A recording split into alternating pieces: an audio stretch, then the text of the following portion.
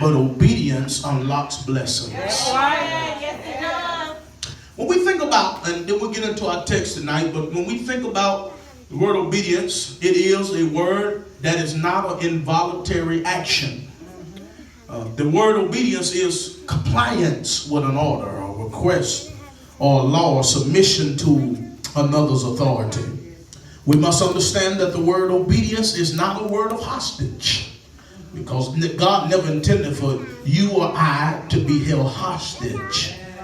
But when we act in obedience, it shows our commitment to God. Anybody believe that tonight? My brothers and sisters, what we do in the natural can also affect what happens in the supernatural. That's right. Because if you were to take a journey to the New Testament and look at what Jesus had told Peter, he said, I give unto you the keys of the kingdom. That's right. And he said, whatsoever thou shalt bind on earth shall be bound in heaven. And whatsoever thou shalt loose on earth shall be loose in heaven. In other words, the Spirit responds to the voice of his children. Oh God, have mercy.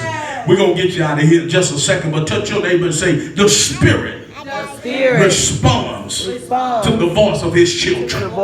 There's no way that we are talking and asking God to do things and he ain't moving. Come on now. Lord have mercy. I think I'm going to stop right there and just put a pin in it. And let's just stop right here and just to tell somebody that when you have the voice of God, or when you have, amen, access to God, all you got to do is speak, amen, what you need from God.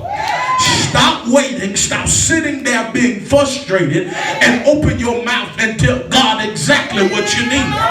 But see, voice activation cannot be activated without the spirit of obedience, because God tests our obedience to see what we are and what level we on. And I want to tell you that we can never go to any great level until we learn to act in obedience.